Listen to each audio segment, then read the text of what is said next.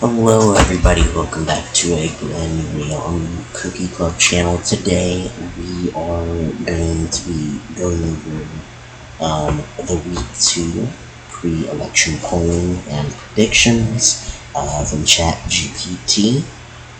If you remember, or if you don't know, we did a video last week on the week 1 election polling, so that was just basically the baseline polls. So now you know some changes here. So we're going to go over all of that, all the changes. Of course, we've introduced the major events this week. So it's taking that into consideration. So yeah, without further ado, let's jump right in. We see week 2 pre-election polling. So here we go. We see week 2 pre-election poll. So our sample is active members plus new joiners, and then confidence is still moderate to low because it's still early, but we still see we're starting to see clearer trends. So right now, in the entire club, there are 13 people. We see 6 Federalists, 5 Patriots, and 2 people who haven't chosen a party yet. So we see the week 2 big picture shifts. So we see voids. So Void left, and then he got banned for a situation that happened after him leaving.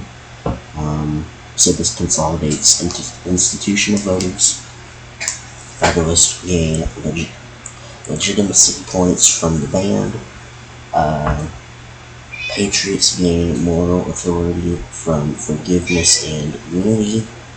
And Ireland's Jakuma fully enters the Wraith, case Illinois, so this begins to harden too. Federalist fracture on security, giving Patriots a major edge, and undecided voters decrease across all races. So that's basically a sum of some events going on, what the polls are taking into consideration here. So we're at here, week 2 ballot test. We have Auguy versus Doug versus undecided, and we notice that Void, the independent candidate, is not in the race anymore. He never did confirm his race anyway, so it didn't really matter that he was in here. Just it took some percentage points to him. So now we have to give those to Mr. Auguy and Duck, and then of course the undecided. So we see on the left we have our candidate, and then we have their party affiliation. And then we see the week 2 polling, and to the right of it we see the week 1 polling that we had. So Auguy, the Federalist incumbent for owner, is right now at a 44%. So that's a 6-point increase from week 1's 38%. Then also Duck, the Patriot candidate, he was at a 31%. He is at a 31%, and then that's a plus 9% from his 22% in week 1. So Duck has the bigger shift, but Auguy's still in the lead by 15 points. So this is only getting 1% closer from week 1. We see a 16% difference from 38 Auguy to 22 Duck. This time it's 44-31. So that's only a 15-point difference compared to the 16-point. So we see 1% closer, but not a lot, but still it needs to be taken into consideration. Undecided, 25%. It just stays the same. This is flat. So why this changed? We see void ban effects. So the supporters go 60% to Auguy. Institutional trust, the incumbency boost. We see that Auguy can work, but of course we still have the 40% of people going to Duck for the anti-establishment / reform voters. So we see the poster war. This was today, as in making this video. We see Duck, who released a poster, not made by him, but anyway, it's for his campaign, and he released it. A poster that goes into plots in the game. And then our guy also released a poster following Duck. So you see, the poster for Duck was more visually appealing rather than explaining its promises. It just promised a brighter future, which anybody can promise that. But our guy made it less visually appealing so that he can go into the details about his promises. And then we also see the Finnegan debate issue. It hurts all guys slightly among rights-minded voters. However, it helps Jakuma in the Kona race, me, than Duck, but Duck benefits indirectly from the issue for his party alignment, and his just closest to Finnegan. So we see narrative now. We see stability versus reform, which is clearly defined now. So we see what they need to do. All guy needs to frame Finnegan ban as precedent, not a personal. And then he needs to avoid looking stubborn. So I think what would clearly help him is to unban Finnegan, which might not seem like all guy, but that would significantly help him in these polls if he were to unban Finnegan, because then it shows him he's willing to go to do something he wouldn't normally do. He's just going to do that. He could do that if he wants to unban Finnegan. That's definitely a possibility that would help him, especially among people like Finnegan and who are like that, like his personality, just support Finnegan, or maybe like Duck, because the Duck and Finnegan are like kind of the same, So if one guy could really benefit from unbanning Finnegan. But moving along, we have Duck translate visuals into policy specifics. So I think if he went into detail for his policies, maybe upload a video or two about his policies next week, that would definitely help him. And so he should show readiness to govern, not just inspire. I think that's a really good idea for him. So now we see the Kona Week 2 ballot test. This is for me versus Viv. This is the undecided candidates, of course. We see the Patriot incumbent me. So from week 1, I had a 46% to this 18%. And the undecided was 36 in the week 1 polls. In the week 2, you see my vote grow from 46% to 52%, which is a +6 grow.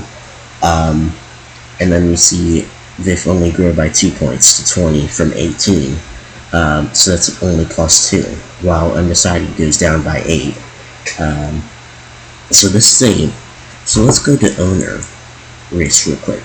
We see the difference is only 15, while this is a 32% margin from the leader in the polls compared to the one losing right now.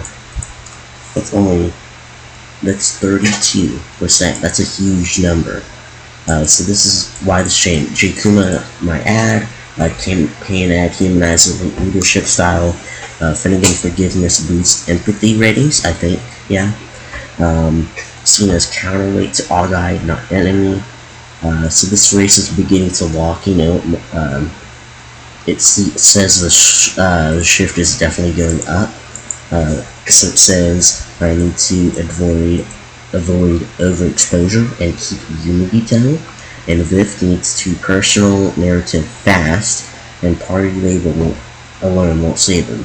If you know, Viv was he didn't attend meetups last week until the last minute. He's among one of the least active people in the CC right now. He's just among that group that's inactive. You see people like Viv, Javier, Ryder, those who only attend like once or twice a week, compared to me, Agai, Zale, Bagel, Doc, Tips, who attend 4, 5, or even all 6 of the meetups. So, yeah, Riff is definitely among that inactive group, which is bad if he's going against me, highly active. So, that's basically what's going on with Cone. Here's the closest race yet. We have Zale versus Tibbs. So, Zale, the Federalist. In week 1, he had 31%. Tibbs, the Patriot incumbent, had a 27%. And that's the plus. So, wait, hold on. And then undecided was 42. Now, we see Zale, Federalist, 35% support. Tibbs, Patriot incumbent, 30% support, and then undecided, 35% support. Well, not support, but undecided voters, 35%. So we see from week 1 to week 2, Zale had a +4 shift, Tibbs had a +3 shift, and then undecided had a -7%. So we see those being split into here. This is the closest race, only by 5%. This could go as these could shift. Tibbs could take the lead, but Zale could also stay in the lead. So this is one that could be focused on. We see Zale benefiting from Federalist unity post-void ban, and then we see Tibbs stable but not breaking through, members slowly learning what the role does. So this is a quiet but competitive race, definitely. So we see head of security, the week 2 Bagel versus Javier, undecided 2. We see, okay, something very interesting happened with this race. The Federalist Party, even though they have a candidate running, endorsed Bagel, the Patriot candidate, which is shocking. They endorsed the Patriot candidate instead of the Federalist one. That's unbelievable. But this is largely because Bagel is highly respected among everybody, including the Federalists. Bagel had originally chosen to be a Federalist until he switched to the Patriots just recently before the first polling was done. So he's respected among everybody. Javier is among the inactive group. I mentioned him earlier. And then also there's still uncertainty about him running. He's never confirmed his run. So has Viv in the Kona race. So yeah, you see Tibbs, Agai, they kind of confirmed their races. Everybody else has confirmed that they're running for the roles that they're running for. I wouldn't be surprised if the Federalists late game change their person running from Javier to somebody else. I would not be surprised. But I also wouldn't be surprised if they keep endorsing Bagel the Patriot and you see huge leads for Bagel. So in week 1, Bagel had 34% support, 19% support for Javier, and then 47% were undecided. However, we see a -9 in the undecided, and we see a +14 shift for Bagel. Huge difference. Okay, so let me go up here. I forgot. 48% support for Bagel now, 14% for Javier now, and 38% undecided. So undecided went down by 9. You see Bagel going up 14 points. But Javier goes down by 5 because of the Federalist endorsement going to Bagel instead of Javier. So Of course, this changed because party endorsement collapsed for Javier. Bagel now seen as consistent. Okay, I cannot read that. Bagel now seen as consensus security pick. Okay, I read that good. Javier's run increasingly viewed as symbolic. So yeah, if we look, 48% to 14, that's 34% margin for Bagel. That's a huge difference. So this is heavily Patriot. So yeah, in week 1 we saw 39% Patriot. I mean Federalist. We had 37% Patriot and then 24% Independent. In week 2 we see +1 for both. 40%, 38%. However, the Independent goes down by 2. So independents are shrinking as this is polarizing. So I noticed something when I was reading this earlier. If we go to owner, 44% to 31. So that's a margin of 15 points. If we go to head of members, 35% to 30. So in the races that Federalists are in the lead, they're all under 15%. Owner being 15% for Federalist, head of members being 5% for Federalist. If we go to co-owner, we see a 32% lead for J. Kuma, Patriot. And then in head security, we see a 48% support for Bagel. So for co-owner, that's a 32, and then for this one, it's a different by 34. So in the races that Patriots are leading, the margin that they're leading by is a lot higher than the margins Federalists are leading by.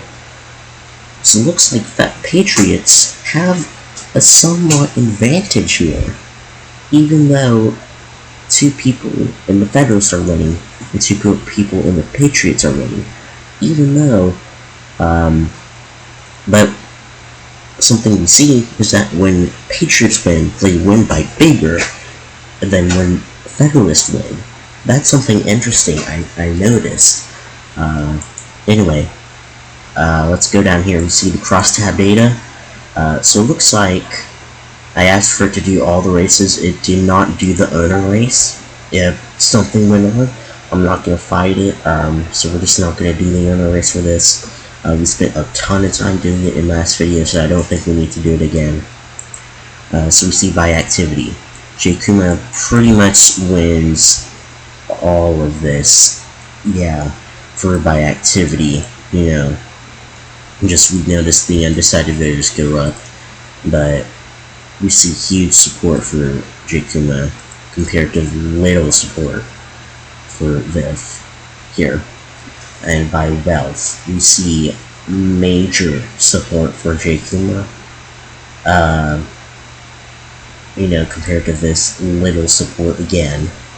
We see this highest margin, the 26%, which is kind of small compared to J. Kuma's 58. That's a 32-point difference. We see by tenure, people who have been in longer. Okay, all of these go to J. Kuma compared to this support very little. So we see J. Kuma basically wins every group. He's strengthening. For head of members. So by activity, high activity and medium activity go to Zale. Medium activity is super close, 3% difference here. But for low activity, we see Tibbs take a 4-point lead. By wealth, we see 44% for Zale, 31 for Tibbs. For medium wealth, we see 32 Zale, Tibbs 29. That's a 3-point difference here too. And then we see Tibbs take up for low and Zale go down for low wealth members. For long tenure members and medium, Zell has a lead, but for medium, it's super close. And then for new members, Tibbs takes a 10-point lead over Zell. So we see role education there beside the race. For head of security, Bagel wins by pretty big margins across everything, like I did, and for the Kona race. So Bagel is clearly the front runner, especially after he gets the Federalist nomination. Even though a Federalist Javier is running. Well, I don't know if he is, because that's still debated. It's still uncertain. But he is. And until he clarifies. He will still be in the polls until he clarifies whether he is or not. So that's the situation going right now. We see the week 2 summary. All Guy leads owner. Duck is closing fast. We definitely see that. We see that. Duck is gaining by more than what All Guy is gaining. All Guy still has a huge lead, but Duck is gaining more than what All Guy is gaining for now. That's what we saw this time. I consolidated Conor. Zell is slightly ahead in the head of members race, but Tibbs is still viable. He can still take the lead if it happens. Zell has a shot of just winning again. That can go either way. We see Bagel breaking away after endorsement shock. Yeah, we see his polls just explode. Javier goes down. We saw a huge support for Bagel compared. This is just huge for Bagel. So congrats to him. Undecided is shrinking and polarization is increasing. So as we get further into the elections, undecided voters simply go down. That's natural. So that's why the margins and the percentage is get bigger for the candidates instead of undecided now. As we go on, that'll slowly shrink. So February is shaping up to be competitive. That's true. We're on track to have 2 Federalists and 2 Patriots in power. This is shaping up to be competitive but structured. This is all we have for ChatGPT election predictions and polling for week 2. Let me know what you think, what you predict, what you think is wrong, anything you say, any thoughts you have about this. Just comment down below. I'm interested in hearing them. This is really interesting. I'm curious to see what happens through the next few weeks until election day. We have 7. There's going to be 7 weeks. So this is week 2 out of 7. So we still have quite a bit to go. Since he's on February 14th and 15th. If you did enjoy, make sure to like and subscribe, join the Cookie Club, and we'll see you in the next one. Goodbye, everybody.